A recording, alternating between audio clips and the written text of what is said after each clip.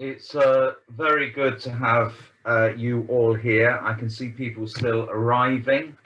It's good to be sharing this time with Dustin Lance Black. It's good to see you there, Lance, sat with your Christmas tree, resplendent there. When did you put it up? Well, it was good question. It was at least a 3-day venture. So I would say we started on the weekend. In fact, we got it up quickly, put the lights on, then within the hour, the lights had been half ripped off, not surprisingly, from about 2 feet down, because our son found it not only funny to pull it back off, but really loved our reaction as he did it. Right. and then it was just repeating that over the next 3 days with garland and then the baubles, and now we finally have a tree. And this is Robbie's the first Christmas he'll be able to realize what's happening, really, isn't it? Yeah, I think the first two were just kind of, he had no idea what it was, if it was extraordinary or not. He was probably just awfully confused with how many voices and colors were around. Now he gets it. Now he knows Santa is coming to visit, and it's so funny who they're drawn to. So he is particularly drawn to Blitzen for some. Well, I can tell you why. He has a little children's book that has a poem, "'Twas the Night Before Christmas" in it, and the cartoon they've drawn of Blitzen has his tongue hanging out, so he thinks Blitzen's the silly one, and of course Robbie thinks he's the silly one. So he has a real affinity for Blitzen. Oh, and he can't wait for those little paw hooves to be on the roof. One of the reasons we're here this evening is because your book, Mama's Boy, has come out now in paperback, which is a great thing. Congratulations. Yeah, more people will hopefully buy it, and I have to do the advert first of all, otherwise I'll be told off by those who are in charge of me, to say that we have some signed copies at Southwark Cathedral, which you can buy. And here's my, you can see that. Here's my signed copy. Thank you very much. And that's great. So we do have an online shop like everybody else has to at the moment. So that is obtainable. But it's you came to Southwark Cathedral when the book was published, and you spoke about it then. I imagine there's some people here now who weren't here that evening, so I thought we might could you just tell us why you wrote the book then? Yeah, sure. I mean, I also see that my cousin Sandy, who's mentioned many times in the book, certainly her father James, who my mother had a big crush on, is mentioned many times in the book. She's here. You know, it's an interesting thing, because I almost think it's more topical now than when I wrote it. When I wrote it, I think the prime motivation for me was seeing just how incredibly divided both the United Kingdom, that I call home now, and the United States, where I grew up and is still a home to me, how incredibly divided they'd become around mostly political issues. And that those divides have existed forever, political divides. But there was a certain temperature to it that my mother started to observe was affecting our family. And that's a whole different level of political division, when family members who usually talk to each other and enjoy each other's company, or at least a phone call, stop wanting to talk to one another because one is voting for one party, one's voting for the other, or say Brexit over here, whether that's, you know, Trump versus Hillary, or then Trump versus Joe Biden. And, you know, folks probably won't be surprised what my political leanings are, but many in my family who I love are from very conservative areas in the United States, and I'm sure voted very differently than I did. And it just was breaking me up inside, that these divides that I find overblown, over-magnified, particularly by 24-hour news cycles that benefit from creating division, creating these sort of tribes of people who then can war against each other, and they're very loyal to you, and so you get higher, you know, more money for your commercials on your television stations. Well, the cost is families. And I'm a big family guy. And so I thought, well, here I am with a woman who is a prime example of someone who figured out how to build incredibly unexpected bridges between people. My mother was conservative. She grew up Mormon. She was working in the military. She grew up in the South, which is predominantly conservative. And then she gives birth to a boy like me, who heads off to Hollywood and is making movies and doing theater, and who's, you know, openly LGBTQ and fighting for those causes in very public ways. And you would expect us to be water and oil. Yeah. And instead, and I give her the credit for this, she showed the courage to do something that so many aren't right now. And bless them, because it's hard. It sounds simple, but it's difficult. You have to reach out, ideally in person when we can again, to have a meal. But, you know, at least doing this, making eye contact over a FaceTime or a Zoom, that helps. And have the conversations. They don't necessarily have to be around politics, but have the conversations. We've had some questions in already. And if anybody's here and wants to put a question onto the chat, we'll try and pick some of those up. But so Barry Snellgrove said, congratulations on your book, Mama's Boy, which I read back in the summer, not able to put it down. My question is, how much are you influenced by your mother's example of personal struggle? And how important are role models in effecting change? I mean, two things. One, I mean, my mother, even though she's no longer with me, is still my foundation. You can't grow up with someone who was that strong a personality, that strong a force of nature, who, you know, by 2 years old was paralyzed, and by 5, 6 years old was determined to prove all the doctors wrong. That yes, she would never walk again, but she believed she could hold a job, she could fall in love, and though doctors said she never could have it, I'm proof she had children. And so when you grow up around someone who is a force like that, they are going to influence you. And so she has. And I would say in the biggest way is that this isn't sort of like when you hear it on a sports movie or in a film, but I don't have a real understanding of the word impossible. And sometimes that gets me in trouble, because I get very frustrated when other people don't see what I think I see, which is a path.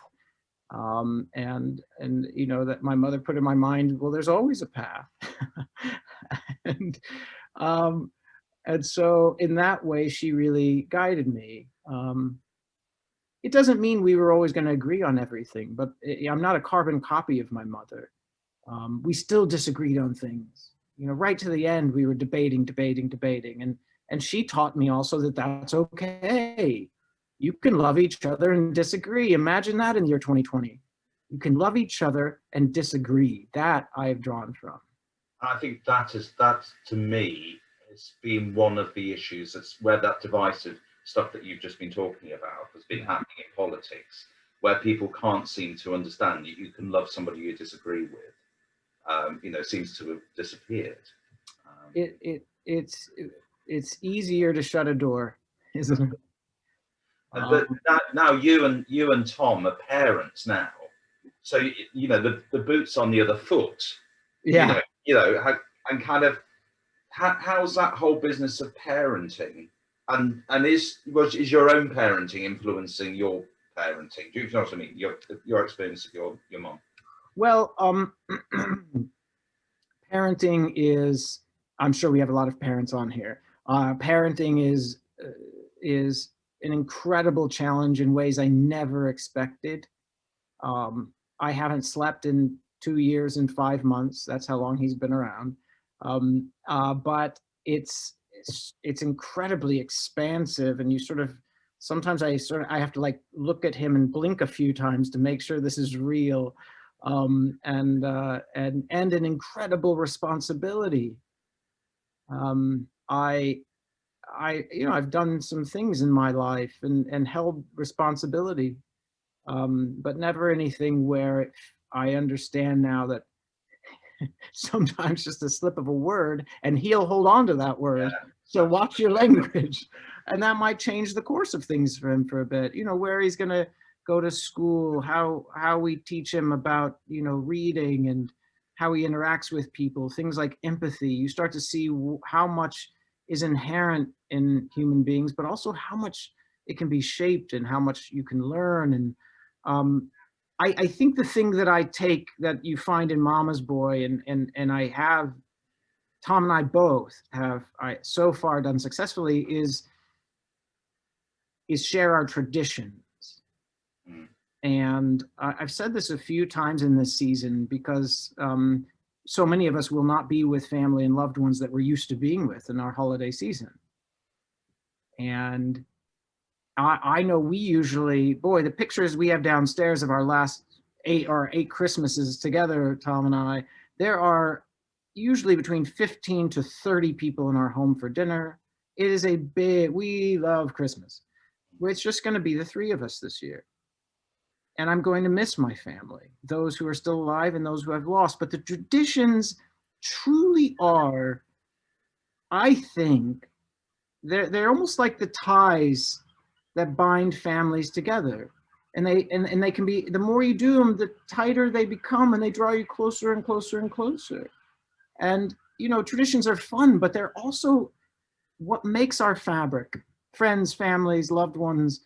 And I've found, and I don't mean this in some sort of, just cerebral way, I found emotionally and in a real gut way, as I'm making the cookies or the cakes or whatever the tradition is, putting, the things on the Advent calendar, those family members are with us. Yeah. And they're with Robbie. And though he'll never meet his grandmother, he knows her. He's getting to know her. And so, those traditions are really helping me this year in a way that I've never experienced them. I don't feel so alone when we're practicing a tradition. Yeah. We have many more of those to come. And by the end, by December 26th, if I've done it successfully, I'll be 10 pounds heavier, because most of them, the good ones, include butter and sugar and flour.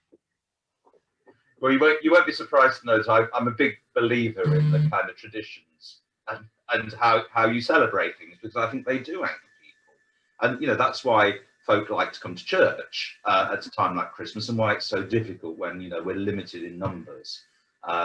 Really, really hard. Now, somebody is... On that note, I must say, I was excited for this, but I cannot wait. And I know we're all going to do it safely, but I cannot wait to be at the Christmas event if it's, if it happens. It'll be great to have you there. I hope that's a new tradition that we can all. This is somebody's asked a question. Louise has asked a question around the whole process of surrogacy. Okay. If you're happy to talk about anything, that. I'll answer anything. How you both found that journey of surrogacy, and it's one that a number of people now are experiencing. But what was it like bringing Robbie into the world then? Well, it was incredibly special for us, and I will say, if you want it to be as loving and familial as it was and still is, meaning that our surrogate is not only a very dear friend of ours, but Robbie knows her well and her family well. If you want it to be that way, you have to still make some wise decisions, because there are places in the world where it is abusive and it ought not be done. And then there are places in the world where there are laws in place to keep it from being abusive. And so in our case, it was important that if we were going to be able to go down the road of surrogacy, that it be the surrogate's choice, meaning the surrogate would have to choose us from an album of people, not the other way around. This isn't about people for sale. This is someone who and in a place where they have to go through a medical screening a psychological screening, and a financial screening to make sure they're not in need of money. So that, yes, there are things to pay for, but that there's altruism is involved. We were very fortunate that this was done with someone who we love, who's a friend of ours. And so we knew that her and her husband and her children would know Robbie. And that was important to us. We never wanted to do it in a way where there'd be any secrets. Because if you have to hold a secret, then I'm curious what you're ashamed of. And we wanted nothing, no shame anywhere near this. So, you know, it can be done in the United Kingdom. It's slightly more risky for everyone because there is not yet solid law, though I know the folks in government are working hard to get that done. And I'm happy they are. And once there's less on their plate, maybe they will. We did it in California where the law was quite solid. And because of that, we felt we were building a family out of love and thoughtfully. And in fact, that's proven to be true. Oh, that's brilliant. And I mean, I don't know whether early on you ever thought you were going to be a dad, whether that was going to be a possibility for you. Because, you know, it's difficult in when you grow up knowing you're gay as to whether you can even think yourself into that. You know, there's no secret. There's an age difference between me and Tom, and it's funny because that's one of the places where it showed up. And by the way, I will say that age difference is also partly what has made our relationship and marriage work, because these things happen where I go, wow, I always wanted kids, but I never could see how that was possible if I was living my authentic self. I would have to be lying and marry a woman but, you know, be lying to her. And it just all felt very wrong.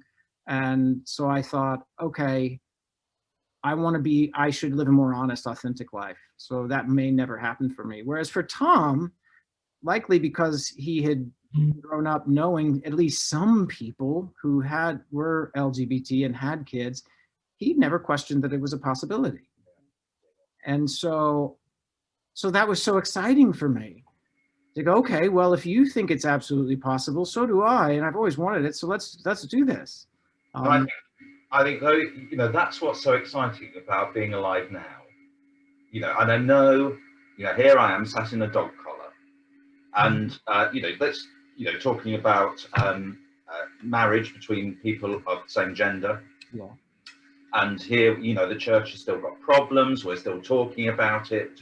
We've just had another new document to be able to engage with one another to talk about the same things we've been talking about for years and years. And yet the reality is that there are couples now married for a long time, raising a family, and really proving to those in an older generation that all these things are possible and all these things are really, really fruitful and good. Yeah. And so it's an exciting time for people, I think. You know, I'm distracted by something you just said in a good way, which was that that the church is talking about it again. Better than other churches are doing. Right. Yeah. And it's, you know, that's in film and TV, especially particularly in theater, we talk about how creative things, particularly new things, you have to talk them into existence. And so much of it isn't just sitting at the keyboard writing the musical or tapping out, you know, the lines of dialogue. You have to talk about it. Need someone to talk about it with, a producer or a director or actors. You need to talk it into existence. And in that talking and that sharing, you make discoveries about one another. Your empathy grows. You know, I still, and you can call me optimistic. I don't care. Call me naive even. Fine. I'll take it. I think that those conversations are where we'll eventually make progress. And on some of the more difficult, challenging issues, particularly ones where there's a great history of things not being done so kindly, in my opinion, it's going to take a lot of talking. So bravo that the conversations are happening, because there are other faiths with an equal number of LGBT people where those conversations aren't happening. I know for one, I continue, though I'm not a member anymore, to have those conversations with leadership in the Mormon Church. It's hard, but those are the bridges that have to be built if you ever want change. If you're simply going to go on the news shows and complain about the situation and the status quo, you will watch the quote unquote opposition do the same on their channels. And the trenches will get deeper and there'll be less understanding. So bravo.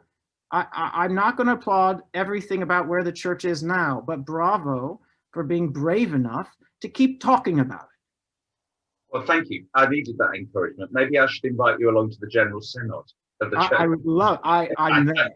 I will be there. You know, but you know, it's, these things will find a resolution. We become wiser and wiser to who we are and how God made us, and as we go along in this mad thing called humanity. If I could just go back to a question that we've had, Stephen has asked something aligned to all of this.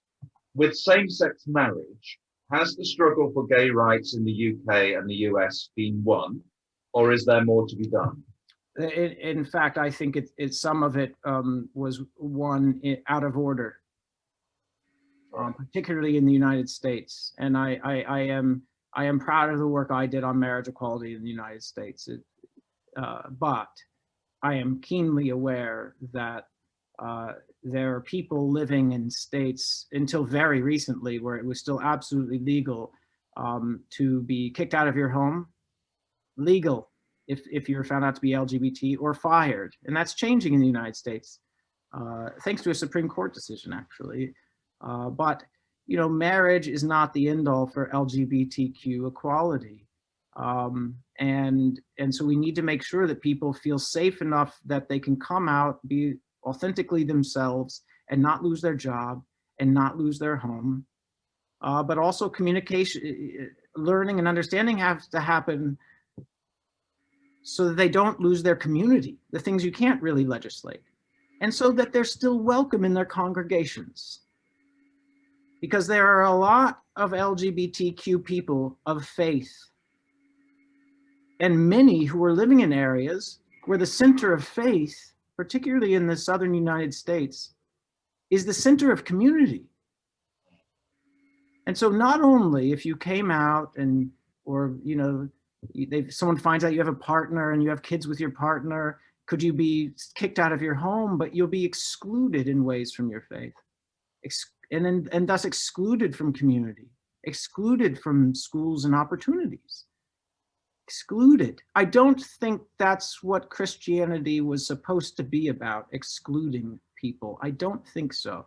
And you correct me, you know better than I, but I think there's both legal work to be done, but as a very wise man once told me, who was helping run our No on Proposition 8 campaign to get marriage equality back, and he said, you know, we can work incredibly hard and pass all these laws, but if we don't bring people's hearts along with us, we've still lost. And so, you know, that some of it will be legal work, and other pieces of it are the hard work that us, though I wish we didn't have to some days, that we have to do to reach out, to build bridges, to be able to tell our stories, to change the hearts that will eventually change the minds and the culture and our communities, to make them more accepting. And I think that applies here as much as in the US. I think, you know, so I often feel it's all well and good talking about Southwark Cathedral and its tradition of inclusion and all the rest of it, but that has to be lived out elsewhere. You know, it can't just be in a little bubble. And I think it's often around people meeting other folk. You know, whatever the issue is when you get to know somebody, and then you start to love that person. Yeah. That you discover that the things that you were fearing, because a lot of this stuff is around fear for some reason. A lot of what you feared melts away, and what you meet is a person who's very much like you at the end of the day. Well, I'm going to tell a story that. And this is just something I witnessed time and again, and it didn't happen with me and my mom, because my mom wasn't like this, but we'd be walking down the street in the South in Texas, And if you saw a person of color on the street, particularly if they were having a tough time that day, the parent, perhaps without even thinking about what they're doing, would pull their child in just a little bit closer. We learn that difference is scary from a very early age sometimes. As parents, we teach it to our children, perhaps not even aware that what we just did with our arm.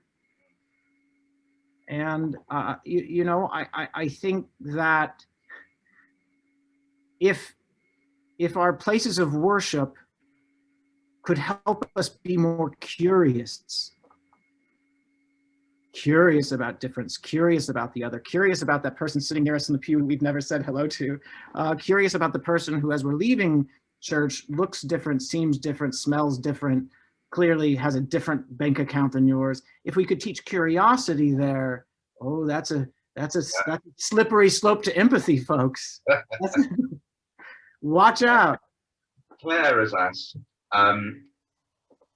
would you be prepared to say a little more about what your current relationship is with religion? Because when she was reading the book, it was clear that Mormonism had a somewhat destructive influence. That might be the wrong word, but yeah, I mean, listen, Mormonism, like many faiths, has its bright spots, and I would say for me, those were the community. Those were understanding, the golden rule, as we put it, to treat one another the way you'd like to be treated. Generosity, and that family came first was one of the big lessons in my childhood faith. And that was always sort of interesting, because I was watching other families put occupation or money or fame or whatever first. And those things might have been around. You care about money and you want to make sure there's a roof over your head and you'd like to do well at your job, but family was first. And all of that was really, I wish I could have held on to that and just left behind the way they treated my mother and other women in the church, the way they treated LGBTQ people, the way when I was born, you had to be white to be Mormon. Yeah. So no, I can't be a part of that faith. Not until it becomes clear to the leadership of that faith that God created human beings as human beings, that we are brothers and sisters, and that when we do what my childhood faith has done, which is to say, well, men are better than women, and the lighter your skin, the closer to God. Well, that is, to me, is human beings, not heaven, trying to find someone to stand on. They think, oh, I can be taller if I can put someone else on their knees. And I will not be a part of that. But I also, because of my mother, will not just walk away. I'd like to continue the conversations. So do I think that this could be very controversial, what I was saying. Do I think that any faith on the face of the planet is absolutely perfect? Well, no. It's us human beings trying our best, isn't it? And so if I walk away from everything in life that's not perfect, well, then I'm not making the world better. So what I do is engage in things that I think are good and show promise, and I put my faith there. I think it's why I like attending Southwark Cathedral.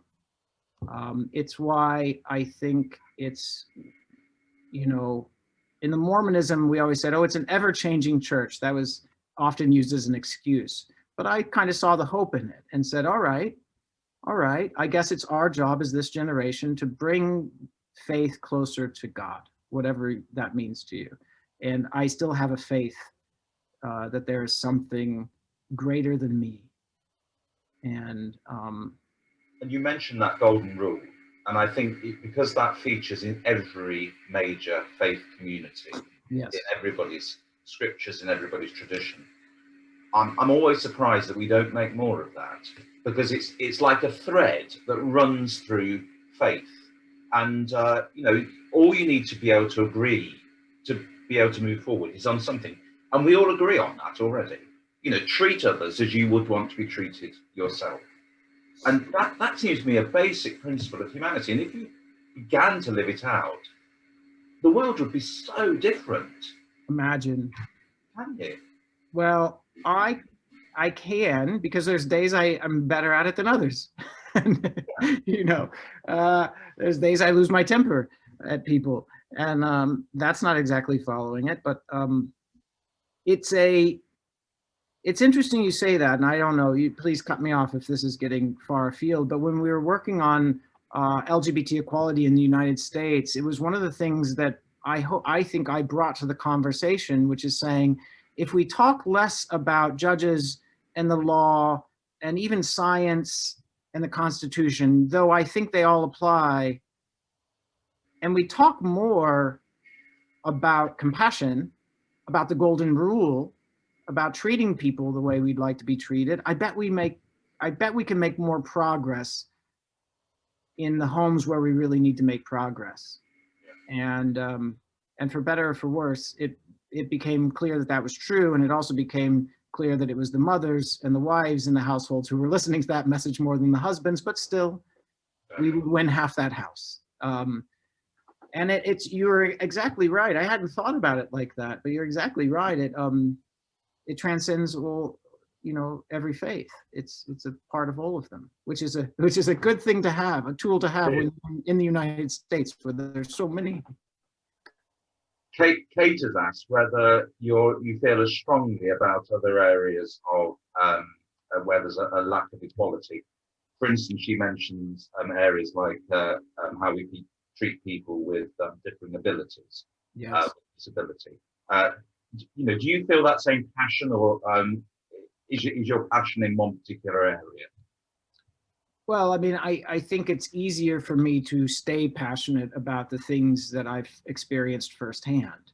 But it's also, so that would, yes, when it comes to people who are, you know, differently abled, who are, you know, LGBTQ, of course, I mean, I can relate to those directly. I was raised by someone like that, and I am someone like that.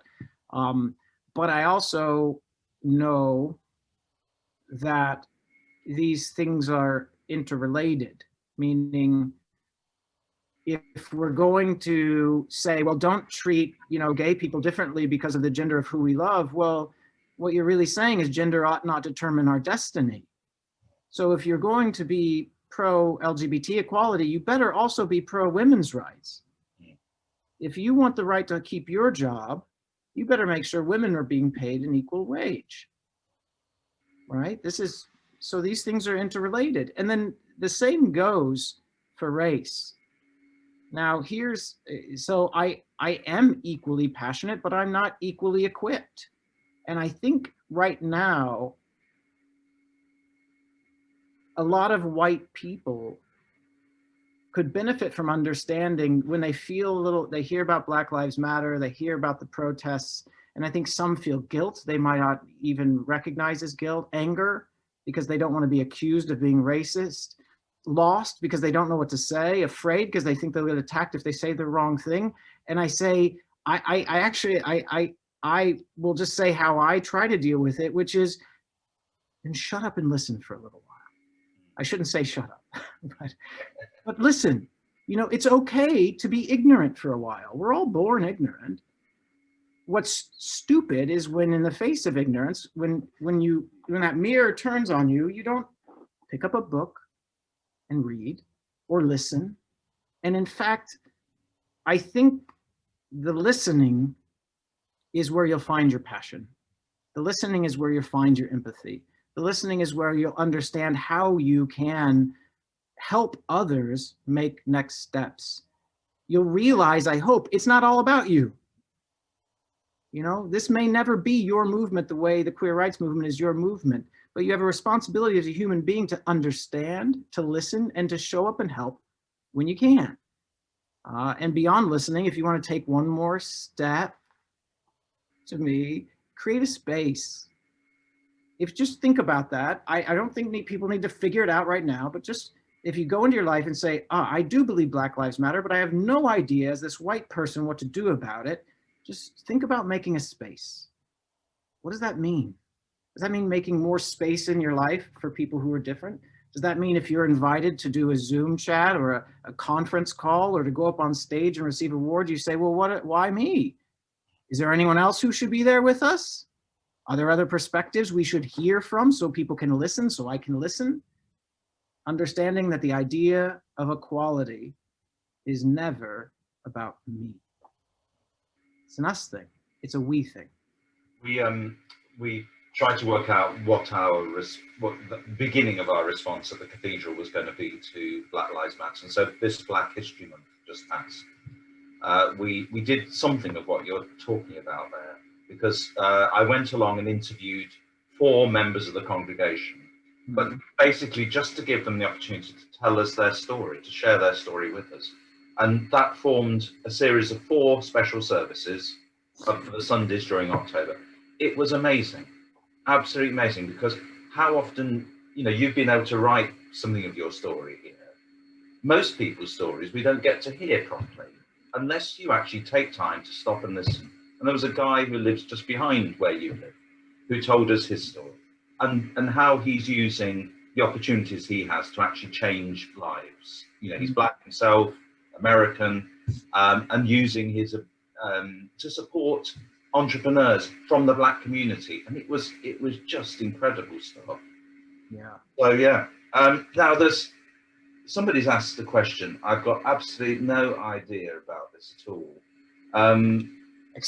Sarah, who's in Houston, Texas. Yeah. Okay. Good old go Texas. She wants to know about your truck, Mosley. Oh yeah. Do you still have it? I do, and it's being taken care of by, it's in California. Obviously, the steering wheel is on the wrong side for the United Kingdom. And if I try to drive it here, I'd be that guy in a red truck on the right side of the road, the right-hand side of it. So so it's in California still, and it's being used by Gus Van Sant, who is a director I work with a lot, who directed Milk and all that, and he thought it was cool. And so I said, all right, well, take care of her. Good. So she's out there. Now we've got a poll to put out amongst those who are here on Christmas movies, because we thought it'd be nice. So I'm going to just launch this poll to see what people's favourite movies are. Oh, wow. And then we'll I'll ask you what your favourite movie is. So here we've got a lot. It's amazing, isn't it? If only elections could be run as rapidly as this. Is it happening now? I'm trying host. Oh, host and panelists can't vote. Oh man. All right. Yeah, no, you're not allowed to vote. So 53% of vote. This is.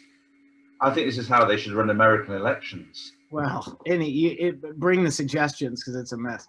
Oh, right, yeah, I know. But it's the most complicated system.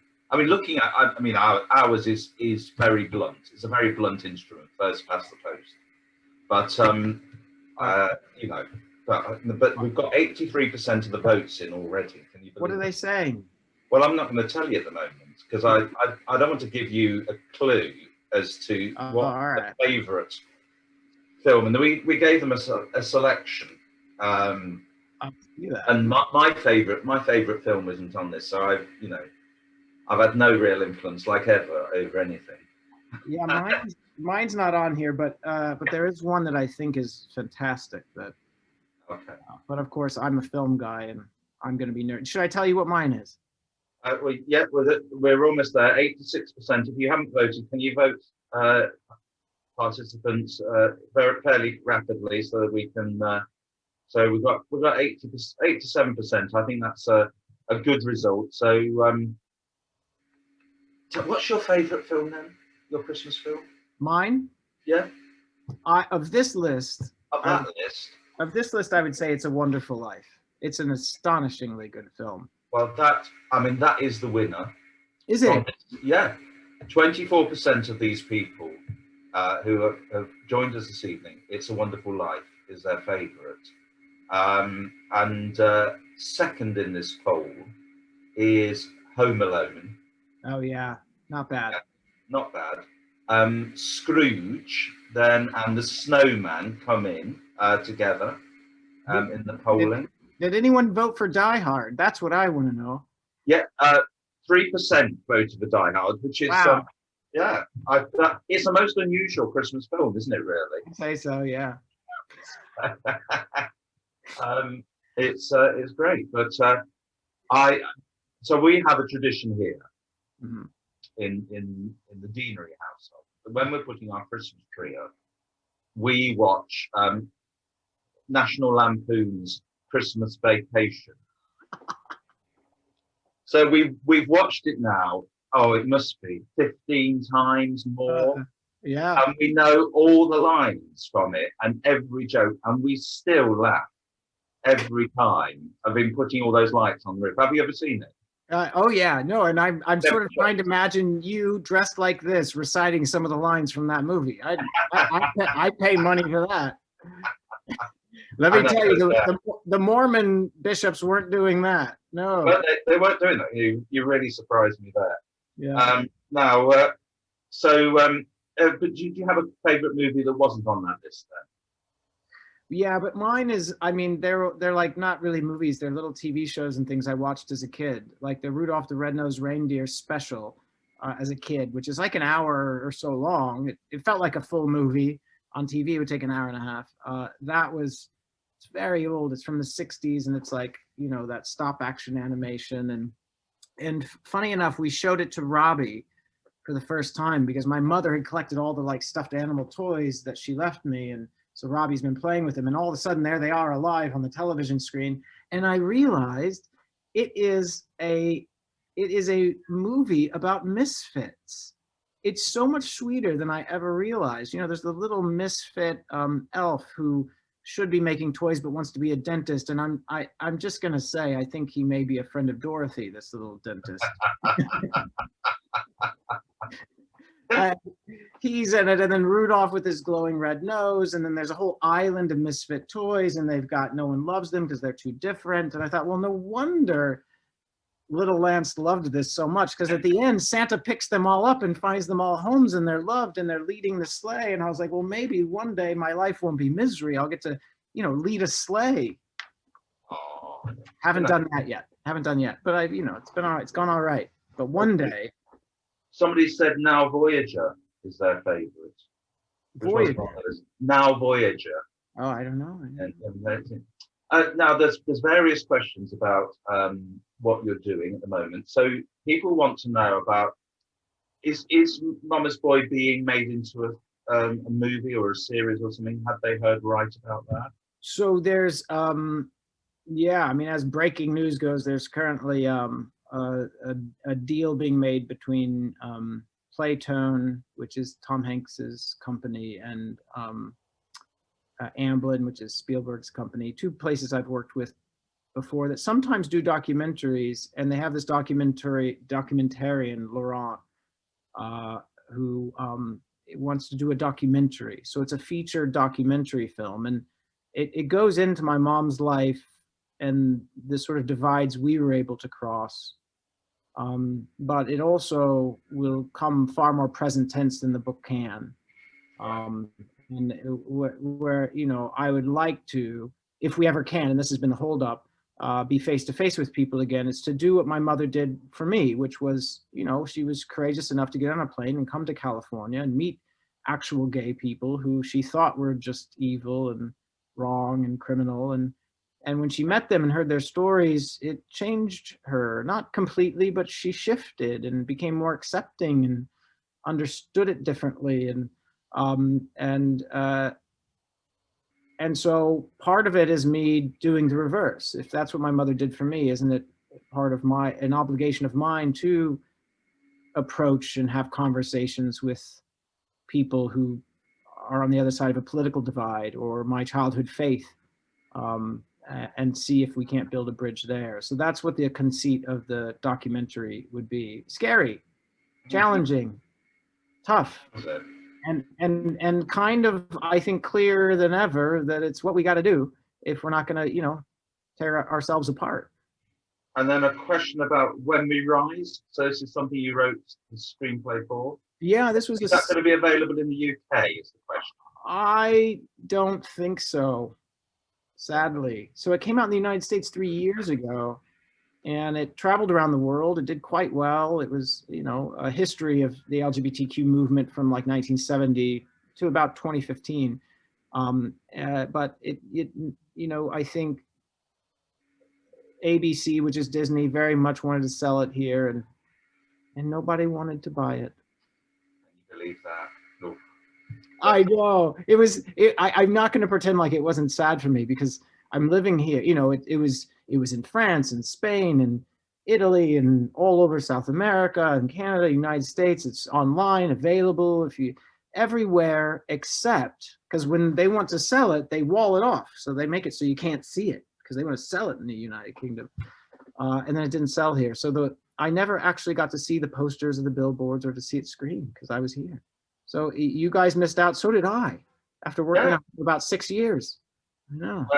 So Marion says that she listened to. Says, I recently listened to your husband's brilliant Desert Island Discs interview. Yeah. What would your lockdown disc of choice be, or what has been your lockdown disc of choice? Are you a music person? Yes, I am. You know, and I have playlists depending on like what I'm doing and certainly what I'm writing.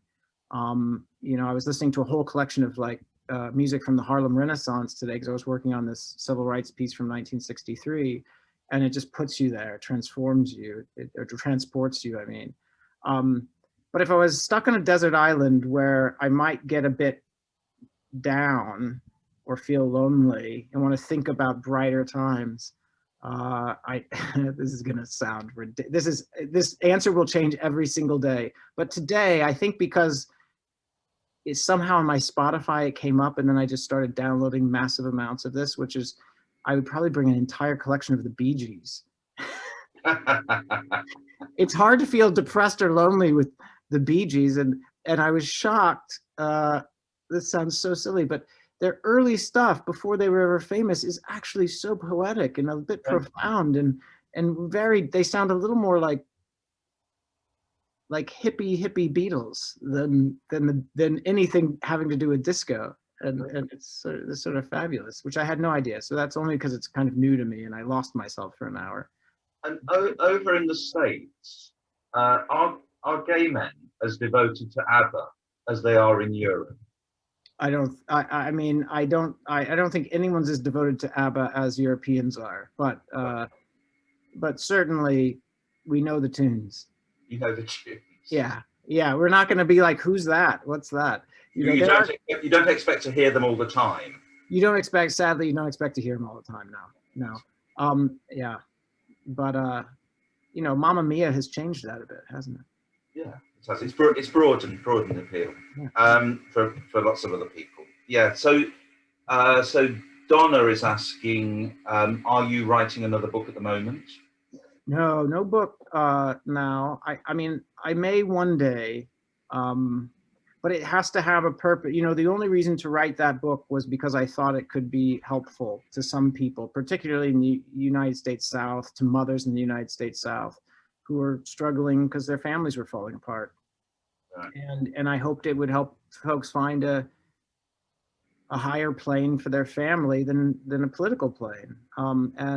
And until I have a reason, I probably won't. And I think the next reason, it will probably be a far more hard-hitting book, because I think there are things to talk about that are even more challenging and personal, and will, you know, take even more courage to share. This book is more about my mom and me. But in the meantime, I'm, you know, everyone in the world is watching their television sets more than usual, and so I'm very busy in the film and TV front. I am busier than I've ever been in my career. So watch out for 2021. There's a lot of DLB coming. Yeah. The Fisher from Tallahassee in Florida, yes, has asked a very important question of you. Have you got any resounding advice you would give to college-age LGBT people? Well, I mean, I guess it depends on what they want to do. You know, I mean, I probably might, much of it would be the same advice I would give people, whether they're LGBT or not. You know, I think it's living an authentic life is challenging. It's hard. Not everyone's going to agree with you or approve of you or understand you. And I think it's a wonderful thing to try and do with a life, is to live it authentically, find out who you are, to see if you have the courage to express it in whatever way you want to express it. Now, for LGBT people, those challenges can be great. And so I would say, you know, as particularly, you know, with my heart, I say, make sure you have a foundation. Go out there, be you, be courageously you, but and not but, and hopefully you connect with people who will be supportive, who can protect you. If things get tough, like before you come out to your family, make sure you have a support system, a network, someone who you can call afterwards if it doesn't go quite well. I worry about LGBT people in isolation. But be fiercely you. Understand it's not your job to blend in. And if you can find the courage and the safe space and the supportive network to let your glittery, shiny, mad differences glow, well, that might be why God made you. It might be your job to take the lid off it and let it glow a bit. Well, I think it's for all of us, whoever we are, being authentically ourselves, having the courage to be ourselves rather than being the person other people want you to be. And you know, when I get the opportunity to stand in a pulpit on a very regular basis, and I suppose my sermons are always about being the person God created you to be. And it's very difficult if you've been to a church or something like that where people have said the person you are is wrong. You've got to be somebody else. And I think the more that people like you and other influencers around can encourage people to be the person that they are and to love that person instead of hate aspects of that person. Yeah. I think that will help with mental health issues and all the rest of it. It really will. And it's, I think there's a responsibility that churches have in that. There's a responsibility the law has to that. There's a responsibility citizens have to sort of identify what systems we've created that we just take for granted as, well, that's just how it is and that's just normal, and look at them a bit more closely, whether it's, you know, the law or our culture or our churches, and say, well, what about this is actually making it harder for some people to be themselves? And some of that's been done accidentally by neglect, and some of it sadly by design, and we've adopted it from our great-great-great-great-grandfathers who might not have been acting as kindly and empathetically as they should have. And so, you know, it's up to all of us to, because the system is not right yet. And I do know what you mean, because at 6 years old, I was told I was going to outer darkness if I acted on my feelings. And outer darkness is the Mormon version of hell, where you're left completely alone. You're told that you are evil. And to tell a 6-year-old child that, to be themselves, means they are going to live in eternal cold darkness away from anyone they love. That is evil, in my opinion. Well, I agree with you. You've been really generous with your time. We're coming towards the end of the time we've got with you, but there have been lots of people that, because the thing about this Zoom period of our lives is that we've had to allow everybody. This is my study at the deanery, so it's the messiest room. It's pretty small, but it's got piles of books. Those all there are the ones I haven't read yet, and so I've got quite a bit of reading to do. Which clergy are meant to do. You've allowed us into your lovely home. Thank you for that. Yeah, of course. Enjoy the tree while it's still standing. Yeah, well, before Robbie's broken all these baubles. Yes. You were telling me earlier that he's discovered they make a great sound if you throw them on the kitchen floor. Is that right? Oh, yeah. He grabs them, takes them right down to the kitchen tile floor, and boy, it's better than fireworks for him. He's happy as a clam. Yeah. So, a couple of questions to finish with. Somebody said, Well, what's the typical day of a writer? Do you have a typical day? I do, because I have to. Not all writers do, but I think many do. And there's a few things writers that tend to write things we like have in common. One, caffeine, coffee. So that was difficult as a Mormon kid because we weren't allowed it, and now I am. Uh, two, setting aside a chunk of time to actually do it. So for me, I make sure that when I sit down in my desk chair from 9 to noon, I must write. That gives me a lot of time in the morning to, wake up, have fun time with Robbie, get everything ready, and do whatever practical stuff I need to do. But from 9 to after, right? And then if I can write again, then the third thing that writers have in common is they take walks. They walk. Yeah. It's a great way to open up your world and think. And so from somewhere between 12 and 2, I try to walk or go to the gym or do something physical, get out of my head. And then when possible, from 1 to 5, I write again, if I can, if there's anything left there. And then somebody was said, well, you and Tom both have very pressurized lives. So how do you share the chores out in the house between you? They might. Does anyone care about that? They do. All the questions are coming in. So what's been lovely about lockdown, I have to say, is that we've done far less eating out, almost none. We haven't been able to, and then way less ordering in. So Tom is better at this than I am, but we make menus. We switch weeks and we make menus, and so week it'll be my menu, next week it'll be his menu, and we cook for each other, 1 week on, 1 week off, so there's that, and then I think we're both. When you lead a high pressure life, it's very nice to be living in an organized, tidy place, and it just kind of like is one less thing to have to confront, and so I do it. Though I will admit on this call, when I'm in a really good creative groove because I no longer care. If you walk into my house and there's clothes all over the floor and it looks like every mirror is just covered in handprints and it's just the place is a disaster, there's something brilliant cooking upstairs. Yeah. Oh, that's amazing. Thank you so much. I know that you've got a really busy evening ahead, with more bookings online. So we're very grateful. We've had loads of questions. I'm sorry that we're not able to answer all the questions, but I hope people have enjoyed it. I started at the beginning with the advert. Mama's Boy has come out in paperback, so we do hope that people who are not yet ready will read it. And as I said, we've got some signed copies at the cathedral if anybody's interested in buying a signed copy. Thanks so much. Can I say one last thing? Yeah. Can I just say one last thing? I mean, yes, the rest of my calls tonight are work calls. This is a call from my heart. This is, and I think for people who have not yet visited the cathedral, Southwark Cathedral, you ought to. You can feel something when you walk through those doors that I did not feel enough when I walked into my church as a child.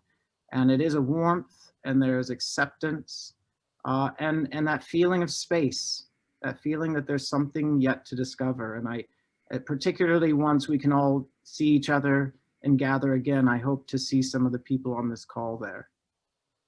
Thank you. Have a very, very happy Christmas. And to all of you, lots of love from all of us to all of you. Thank you. All right. Thank you. Good night.